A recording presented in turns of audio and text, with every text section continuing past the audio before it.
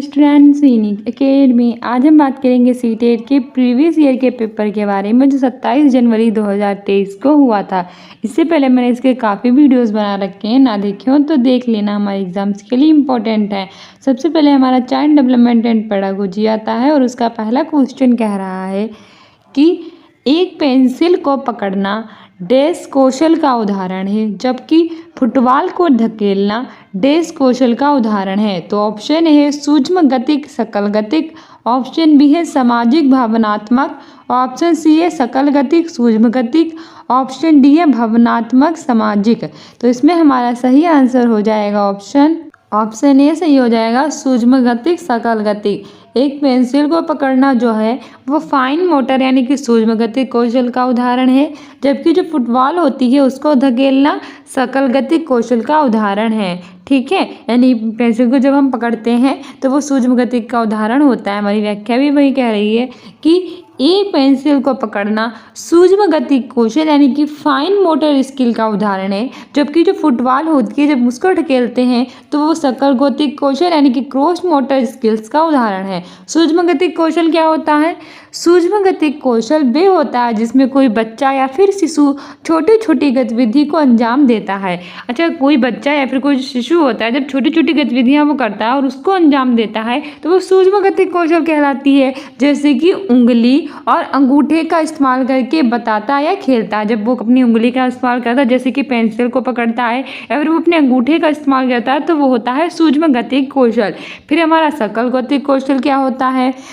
ये वे बड़ी गतिविधियां वे क्रियाएं हैं जो शिशु अपनी बाजुओं, टांगों, पैरों या फिर पूरे शरीर के जरिए करता है। जब बच्चा अपनी गतिविधियां अपनी बाजू, टांगों, पैरों, अपने पूरे शरीर के जरिए करता है तो वो सकल गतिक कौशल कहलाता है। जैसे कि जब वो घुटनों के बल चलता है, खड़े होकर चलता है, दौड़ता है, कूदता है, ये सब ग्रास मोटर कौशल यानी कि सकल गतिक कौशल के उदाहरण हैं। ठीक है, ये भी याद रखना। इन सब की शॉर्ट्स बनाते हैं तो शॉर्ट्स देखा कीजिए जिससे आपको एक एक मिनट में ये सारी चीज़ें समझ में आ जाएं।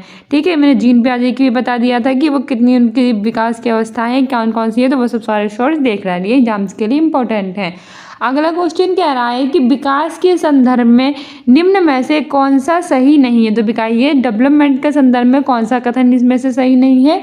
ऑप्शन ए है कि विकास एक अनिरंतर तरीके से होता है, ऑप्शन बी है कि बच्चों की विकास की दर में विभिन्नताएं होती हैं, ऑप्शन सी है विकास प्रकृति और पालन पोषण के जटिल संपर्क का परिणाम है, और चौथा कह रहा है कि विकास अपेक्षाकृत व्यवस्थित रूप से होता है। तो सही नहीं है। ये तो बिल्कुल सही बात है कि विकास कहता होता है अपेक्षाकृत रूप से, व्यवस्थित रूप से होता है। आंसर हो जाएगा ऑप्शन ए कि डेवलपमेंट एक अनिरंतर तरीके से होता है, विकास एक अनिरंतर तरीके से होता है। ये बिल्कुल गलत बात है। वो डिसकंटिन्यूस नहीं बल्कि कंटिन्यूस तरीके से यानी निरंतर तरीके से होता है। ठीक है, इसमें अनिरंतर कहा इसलिए गलत हो जाएगा।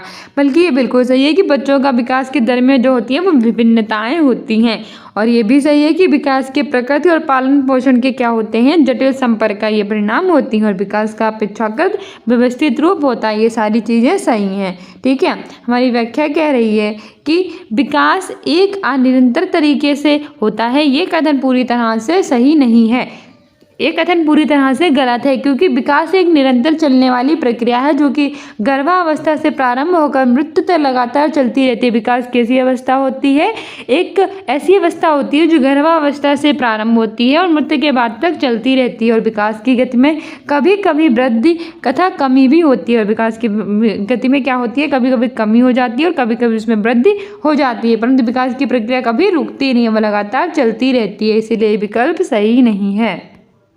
अगला क्वेश्चन कह रहा है कि डैश और डैश प्रारंभिक बाल्यावस्था के दौरान बच्चों के प्राथमिक समाजीकरण की संस्थाएं, यानी इन्होंने पूछा है कि बच्चों के प्राथमिक समाजीकरण की संस्थाएं कौन सी हैं। ऑप्शन ए है धार्मिक संस्थाएं और कानून, ऑप्शन बी है आस पड़ोस और सामाजिक नीतियां, ऑप्शन सी है प्रिंट मुद्रक मीडिया और विद्यालय, ऑप्शन डी है परिवार और आस पड़ोस। सही आंसर हो जाएगा हमारा ऑप्शन डी परिवार और आस पड़ोस। हमारे बच्चों के परिवार और आस पड़ोस जो होता है वो प्रारंभिक बाल्यावस्था के दौरान बच्चों की प्राथमिक संस्थाएं होती हैं समाजीकरण की। ठीक है, और जो विद्यालय होता है वो द्वितीयक होता है। हमारा व्याख्या कह रही है कि प्राथमिक समाजीकरण एक प्रक्रिया है जो जीवन के प्रारंभिक वर्षों के दौरान होती है। प्राथमिक समाजीकरण क्या होता है? वह प्रक्रिया होती है जो जीवन के जो प्रारंभिक वर्ष होते हैं उनके दौरान होती है। इसमें एक बच्चा अपने परिवार से मानदंड, मूल्य, ज्ञान, लिंग, पहचान और सामाजिक कौशल प्राप्त करता है। इसे बच्चा क्या करता है? अपने परिवार से मानदंड, मूल्य, ज्ञान, लिंग, पहचान और सामाजिक कौशल ये सारी चीज़ें प्राप्त करता है। जैसे कि परिवार, माता पिता और आस पड़ोस प्रारंभिक बाल्यावस्था के दौरान बच्चों के प्राथमिक समाजीकरण की संस्थाएं। प्राथमिक समाजीकरण की संस्थाएं क्या हैं? माता पिता, परिवार, आस पड़ोस ये सारी चीज़ें। जबकि द्वितीय समाजीकरण की संस्थाएं जो हैं वो विद्यालय है। ठीक है। अगला क्वेश्चन जीन प्याजे से आता है और मैंने जीन प्याजे का ऑलरेडी शॉर्ट्स बना रखा है, ना देखा हो तो देख लेना, जिससे आपको पता चल जाएगा कि इनकी कितनी अवस्थाएं कौन कौन सी हैं और कब कब होती हैं। ठीक है। हमारा अगला क्वेश्चन कह रहा है कि जीन पियाजे के संज्ञानात्मक विकास के सिद्धांत के अनुसार अधिकतर बच्चे किस स्तर पर सामाजिक मुद्दों और न्याय के प्रति समझ स्थापित कर लेते हैं। यानी कि जीन पियाजे का वो कौन सा विकास की अवस्था है जिसमें उन्होंने कहा है कि जो बच्चे हैं वो समाज में मुद्दे और न्याय के प्रति जो समझ होती है वो उसको स्थापित कर लेते हैं। ऑप्शन ए है संवेदीगामक, ऑप्शन बी है पूर्व संक्रियात्मक, ऑप्शन सी है मूरत संक्रियात्मक और ऑप्शन डी है औपचारिक संक्रियात्मक। इसमें हमारा सही आंसर हो जाएगा ऑप्शन डी सही हो जाएगा, फॉर्मल ऑपरेशनल, यानी कि औपचारिक संक्रियात्मक। हमारी व्याख्या कह रही है कि जीन पियाजे के संज्ञानात्मक विकास के सिद्धांत के अनुसार अधिकतर बच्चे औपचारिक संक्रियात्मक स्तर पर सामाजिक मुद्दे और न्याय के प्रति समझ स्थापित कर लेते हैं। इस अवस्था को मूरत नहीं, इस अवस्था को आमूरत संक्रियात्मक अवस्था भी कहते हैं। ठीक है। जीन पियाजे ने कितनी अवस्थाएं दी थी? 4 मैंने आपको बताया था। एक थी संवेदीगामक अवस्था जो 0 से 2 वर्ष तक थी, दूसरी थी पूर्व संक्रियात्मक अवस्था जो 2 से 7 वर्ष तक थी, तीसरी थी मूरत संक्रियात्मक अवस्था जिसे हम अनौपचारिक संक्रियात्मक अवस्था भी कहते हैं, 7 से 11 वर्ष तक थी, और चौथी थी आमूरत संक्रियात्मक अवस्था जिसे हम औपचारिक संक्रियात्मक अवस्था भी कहते हैं, 11 से किशोर अवस्था तक थी। और यही तीसरी अवस्था है जिसे हम औपचारिक संक्रियात्मक अवस्था यानी कि आमूरत संक्रियात्मक अवस्था भी कहते हैं। ठीक है। 11 से 15 वर्ष तक होती है। ठीक है। इस अवस्था में बच्चा क्या करता है? वो तार्किक चिंतन की क्षमता, समस्या समाधान की क्षमता, वास्तविक और अवास्तविक में अंतर समझने की क्षमता, इन सबका विकास उसमें हो जाता है। और इस अवस्था में आमूरत और ना दिखाई देने वाली तथ्यों उनको जोड़कर वो व्यवस्थित करना उन्हें सीख जाता है। ठीक है। आगे बढ़ते हैं और आगे हमारा अगला क्वेश्चन कह रहा है कि एक विद्यार्थी निरीक्षण करता है कि क्षण ए कथा क्षण बी से लंबी है, कथा क्षण बी क्षण सी से लंबी है। इस निरीक्षण के आधार पर विद्यार्थी निष्कर्ष निकालता है कि क्षण ए क्षण सी से लंबी है, परंतु जब यही समस्या उसमें मौखिक रूप से पूछी जाती है तो वह सही निष्कर्ष नहीं निकाल पाता। पियाजे के सिद्धांत के अनुसार विद्यार्थी संज्ञानात्मक विकास के किस अवस्था में है? मतलब एक बच्चा है, उसे जब पूछा है कि जो क्षण ए है वो क्षण बी से लंबी है और क्षण बी है वो क्षण सी से लंबी है, तो उसने निरीक्षण किया तो उसने निष्कर्ष निकाला कि जो क्षण ए है वो क्षण सी से लंबी है। लेकिन जब यही बात उसे मौखिक रूप से पूछे तो वो ये नहीं कर पाया। तो वो इसके अनुसार संज्ञानात्मक विकास की कौन सी अवस्था में है जीन पियाजे के अनुसार? ऑप्शन ए है मूरत संक्रियात्मक अवस्था, ऑप्शन बी है औपचारिक संक्रियात्मक अवस्था, ऑप्शन सी है संवेदीगामक अवस्था, ऑप्शन डी है पूर्व संक्रियात्मक अवस्था। सही आंसर हो जाएगा हमारा ऑप्शन ए, मूरत संक्रियात्मक अवस्था। ठीक है। वो कॉन्क्रीट ऑपरेशनल स्टेज में है जो कि हमारी तीसरी स्टेज है और 7 से 11 वर्ष तक होती है। ठीक है। जिसे हम कहते हैं अनौपचारिक संक्रियात्मक अवस्था। औपचारिक संक्रियात्मक अवस्था को अमूर्त कहते हैं और ये 11 से किशोर अवस्था तक होती है। संवेदीगामक 0 से 2 वर्ष तक होती है, पहली है। पूर्व संक्रियात्मक दूसरी है जो 11 से लेकर 7 से 11 वर्ष तक होती है। ठीक है। याद रखना हमारी व्याख्या कह रही है कि यदि क्षणों को विद्यार्थी के समक्ष प्रस्तुत करके लंबाई चौड़ाई के बारे में निरीक्षण करने को कहा जाता है और यदि छात्र उसका उत्तर देने में सक्षम है परंतु मौखिक रूप से इसी समस्या का उत्तर देने में अक्षम है तो वह छात्र मूरत संक्रियात्मक अवस्था में है। ठीक है। जब एक विद्यार्थी से कुछ पूछा जाता है तो उसका लंबाई चौड़ाई के आधार पर वो उसको बता देता है कि कैसे क्या है, लेकिन जब वही बात उससे मौखिक रूप से पूछी जाती तो वह नहीं बता पाता है। संक्रियात्मक अवस्था में होता है। ठीक है। क्योंकि मूरत संक्रियात्मक अवस्था में छात्रों में लंबाई, भार, आयतन आदि और जो संक्रियाएं होती हैं उनका ज्ञान उनमें उत्पन्न हो जाता है, लेकिन वो अमूर्त चीज़ें सोच नहीं पाते, वो तो उसके बाद वाली अवस्था में सोचेंगे। ठीक है, ये अवस्था 7 से 11 वर्ष की आयु के बच्चों में होती है। इस अवस्था में बच्चों में संरक्षण की प्रवृत्ति और केंद्रीकरण का गुण उत्पन्न हो जाता है। काफ़ी बार पूछा जा चुका है कि केंद्रीकरण का गुण और संरक्षण की प्रवृत्ति किस आयु में विकसित होती है, तो 7 से 11 वर्ष में। जीन पियाजे की कौन सी अवस्था में होती है, तो तीसरी अवस्था में होती है, जिसे मूरत संक्रियात्मक अवस्था कहते हैं। ठीक है, अर्थात वे एक ही समय में एक से अधिक वस्तुओं पर ध्यान केंद्रित करने में सक्षम हो जाते हैं। ठीक है, आगे बढ़ते हैं और आगे हमारा लॉरेंस कोहल वर्ग से आ गया है क्वेश्चन। तो हमारा लॉरेंस कोहल वर्ग का क्वेश्चन कह रहा है कि निम्न में से किसे लॉरेंस कोहल वर्ग द्वारा वर्णित किया गया है। तो कितना इजी क्वेश्चन है कि बताइए इनमें से कौन सा वो है जिसे लॉरेंस कोहल वर्ग के द्वारा वर्णित किया गया है। ऑप्शन ए है सामाजिक अनुबंधन अभिविन्यास, ऑप्शन बी है निकटवर्ती विकास का क्षेत्र, ऑप्शन सी है आंतरिक वाक यानी कि इनर स्पीच, और ऑप्शन 4 है आत्मकेंद्रिक वाक इकोसेंट्रिक स्पीच। तो सही आंसर हमारा हो जाएगा इसमें ऑप्शन ए सामाजिक अनुबंध अभिविन्यास है, द सोशल कॉन्ट्रैक्ट ओरिएंटेशन। ठीक है, लॉरेंस कोहल वर्ग के द्वारा सामाजिक अनुबंध अभिविन्यास जो है वो वर्णित है। हमारी व्याख्या कह रही है कि सामाजिक अनुबंध अभिविन्यास कोहल वर्ग द्वारा दिए गए नैतिक विकास के तीसरे स्तर के 5वें चरण में वर्णित अवस्था है। तो सामाजिक अनुबंध अभिविन्यास क्या है कि कोहल वर्ग द्वारा जो नैतिक विकास का तीसरा स्तर है उसके 5वें चरण में वर्णित अवस्था है। इसे सामाजिक समझौते की अवस्था भी कहते हैं। इसे कौन सी अवस्था कहते हैं?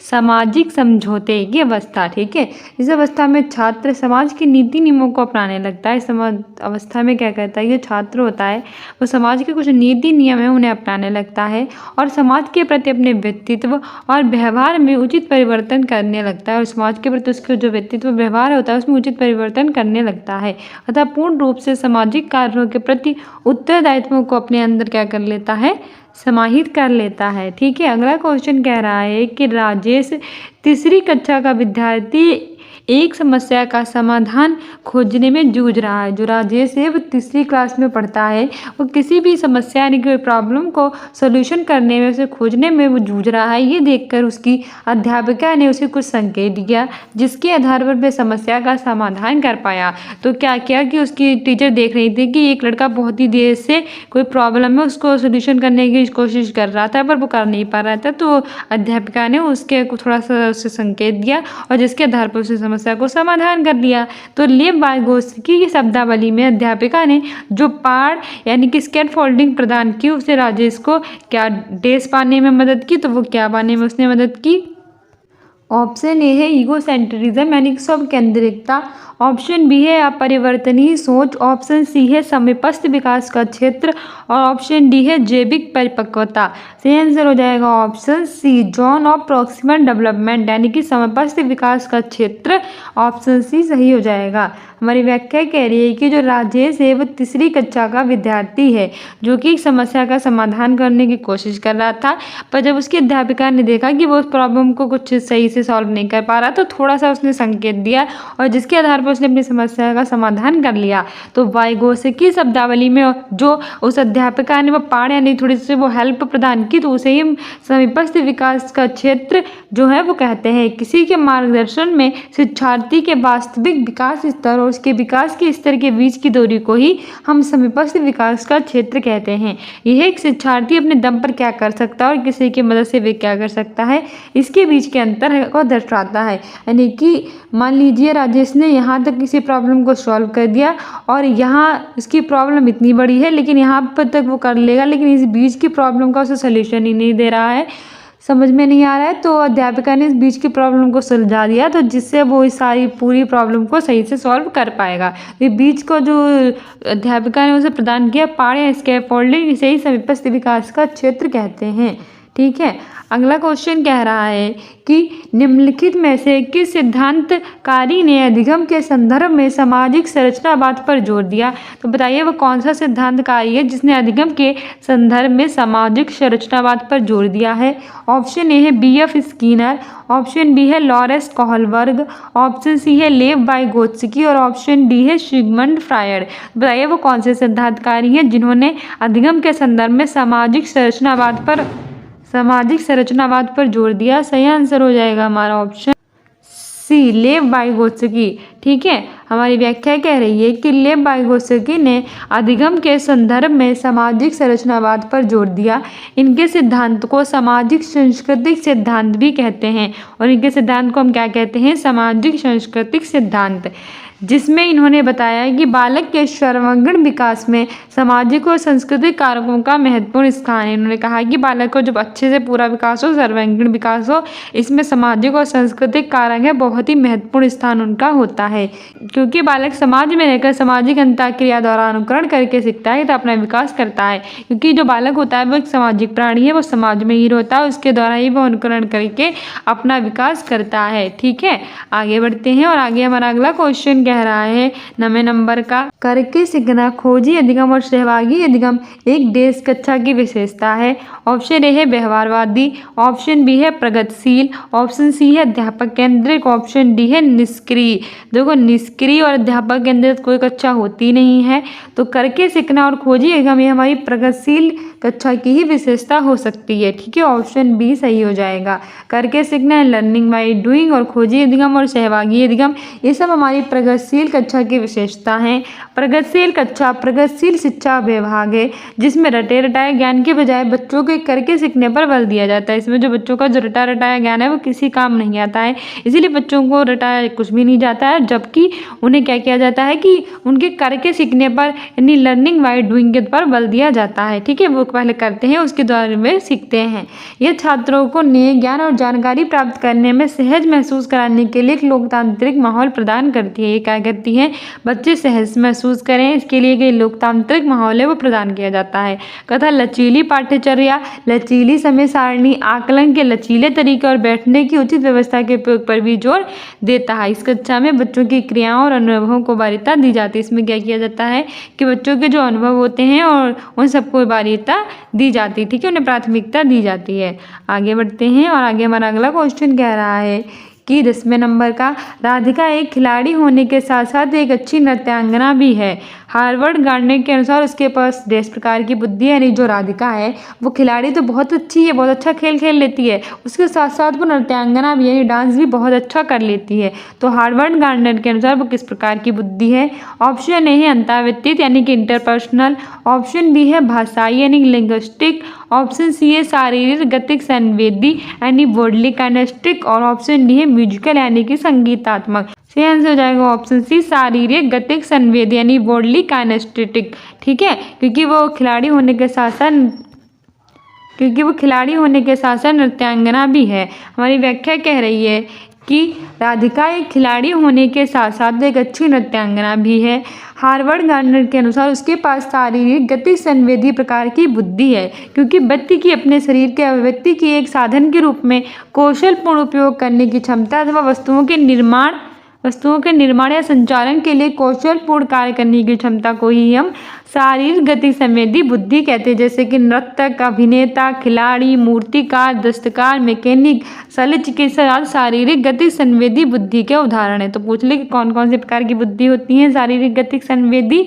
तो नर्तक, अभिनेता, खिलाड़ी, मूर्तिकार, दस्तकार, मैकेनिक, शल्य चिकित्सक, ये सारी होती हैं हमारी शारीरिक गति संवेदी बुद्धि। ठीक है, आगे बढ़ते हैं। आगे हमारा 11वां क्वेश्चन कह रहा है कि राष्ट्रीय शिक्षा नीति 2020 के अनुसार प्राथमिक स्तर तक के बच्चों की शिक्षा के लिए देश को प्राथमिकता दी जानी चाहिए। ऑप्शन ए है मातृभाषा, ऑप्शन बी है विदेशी भाषा, ऑप्शन डी है केवल सांकेतिक भाषा। तो राष्ट्रीय शिक्षा नीति 2020 के अनुसार प्राथमिक शिक्षा तक के बच्चों की शिक्षा के लिए जो मातृभाषा है उसको प्राथमिकता दी जानी चाहिए, मदर टंग लैंग्वेज को हमें प्राथमिकता दी जानी चाहिए। ठीक है, ऑप्शन ए सही हो जाएगा। राष्ट्रीय शिक्षा नीति 2020 के अनुसार, राष्ट्रीय शिक्षा नीति कब आई थी? 2020 में। प्राथमिक स्तर तक के बच्चों की शिक्षा के लिए यानी प्राइमरी लेवल पर हमें मातृभाषा यानी मदर टंग में उसे प्राथमिकता, मदर टंग में उसे शिक्षा देनी चाहिए। ठीक है, उसको प्राथमिकता दी जानी चाहिए। यह नीति बहुभाषावाद को बढ़ावा देती है, क्योंकि बहुभाषी शिक्षा छात्रों के शिक्षण और अधिगम को प्रभावी बनाने के लिए छात्र की मातृभाषा या मूल भाषा का उपयोग करने पर जोर देती है। ठीक है, अगला हमारा क्वेश्चन कह रहा है कि निम्नलिखित में से कौन सा कथन लिंग रूढ़िवादिता को दर्शाता है? तो बताइए इनमें से कौन सा कथन है जो लिंग रूढ़िवादिता को दर्शाएगा?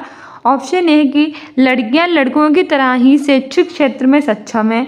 ऑप्शन बी है लड़कियां हमेशा अच्छा व्यवहार करने वाली, कोमल और भावुक होती हैं। ऑप्शन सी है लड़के और लड़कियां दोनों खेलों में अच्छा करने की क्षमता है। और ऑप्शन डी है कि लड़कियां लड़कों की तरह ही शिक्षा और परिवार दोनों को संभाल सकती है। तो बताइए कौन सा सही आंसर हो जाएगा। ऑप्शन बी, लड़कियां हमेशा अच्छा व्यवहार करने वाली, कोमल और भावुक होती हैं।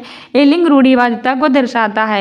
ये लोग कहते नहीं कि तुम लड़कियां हो तो थोड़ा शर्मा कर रहो, थोड़ी तुम बहुत कोमल हो, भावुक होती, इमोशंस होती हैं। ये सब बहुत दिनों से चला आ रहा है कि लड़कियां जो हो तो रोएंगी रोएंगी, लड़के हैं तो कभी रो नहीं सकते। तो ये सारी जो है धारणाएं बहुत दिनों से चली आ रही है, तो इन्हें लिंग रूढ़िवादिता कहते हैं। ठीक है, जबकि लड़कियां लड़कों की तरह शैक्षिक क्षेत्र में सक्षम है, तो नई धारणा है। लड़के और लड़कियां दोनों खेल करने में सक्षमता है, ये भी नहीं है। और परिवार दोनों संभाल सकती है, ये भी नई धारणा है। ठीक है, जबकि पुराने समय से जो धारणा चली आ रही है उसे लिंग रूढ़िवादिता कहते हैं, जो ऑप्शन बी ही कह रहा है। हमारी व्याख्या भी कह रही है कि लड़कियां हमेशा अच्छा व्यवहार करने वाली, कोमल और भावुक होती हैं। ये कथन लिंग रूढ़िवादिता को दर्शाता है, क्योंकि लैंगिक रूढ़िवादिता वे धारणा है जिसमें लैंगिक भेदभाव के आधार पर लड़कों और पुरुषों को लड़कियों और औरतों से अधिक महत्व दिया जाता है। इस धारणा के आधार पर लड़कों को जहाँ साहसिक कार्यों के लिए जाना जाता है, वहीं जो लड़कियां होती हैं उन्हें धारणा रखी जाती है कि वे घरेलू कार्य करेंगी और वे कोमल और साहसिक कार्यों में रुचि लेने वाली, भावुक होंगी। ठीक है, वो घर का काम करेंगी और बहुत ही कोमल होंगी, वो भारी कोई काम कर नहीं पाएंगे। जब वो लड़के होंगे वो बाहर का काम करेंगे, क्योंकि वो साहसी होंगे और बहुत ही ज़्यादा कठोर होंगे, मतलब उनमें ज़्यादा शक्ति होगी। तो ये सारी लिंग रूढ़िवादिता को दर्शाता है। अगला क्वेश्चन कह रहा है हमारा अभिकथन और कारण वाला कि एक ऐसी कक्षा जिसमें विविध सामाजिक आर्थिक परिप्रेक्ष्यों से संबंधित विद्यार्थी हैं, वहाँ अध्यापिका को मानकीकृत पाठ्यक्रम के इस्तेमाल से बचना चाहिए। और हमारा कारण कह रहा है कि बच्चे बहुत अच्छे से सीखते हैं जब वे बाहरी रूप से अभिप्रेरित हों। तो बताइए इसमें हमारा बोथ ए एंड आर, तो बताइए इसमें ए और दोनों सही है और आर ए की सही व्याख्या है। दूसरा कह रहा है कि ए और दोनों सही है लेकिन आर ए की सही व्याख्या नहीं है। तीसरा है कि ए सही है लेकिन आर गलत है। और चौथा कह रहा है कि ए और दोनों गलत हैं।